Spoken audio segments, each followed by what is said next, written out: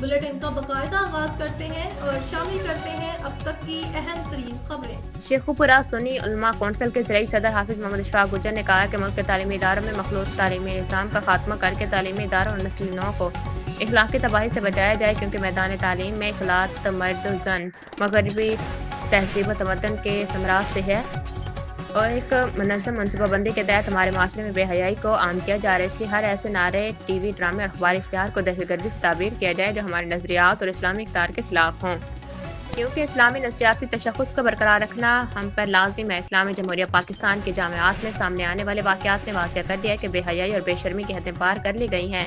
इन तमाम इखलाकी करप्शन के मामलात पर हुक्मरान और शोबा तालीमात के ज़िम्मेदारान की मुजरिमाना खामोशी एक सवालिया निशान है। सरकारी निजी हॉस्टल्स में हयासोज वाक़यात कौम के ज़मीर को झंझोड़ने के लिए काफ़ी होने चाहिए। तालीमी इदारों में इखलाकी गिरावट की जड़ मखलूत तालीम है। नौजवान तालबात को मर्द उस्ताज़ा और नौजवान मर्दों को ख़वातीन उस्ताज़ा, जबकि एक ही क्लास में मर्द और ख़वातीन की मौजूदगी तेज़ी के साथ इखलाकी हदूद को पामाल करने का सबब बन रही है। यही हाल सरकारी और निजी कॉलेजेस और स्कूल्स में है। हुकूमत ने इस्लामी रवायात को अपने पाँव तले रौंदने का रिकॉर्ड कायम किया है।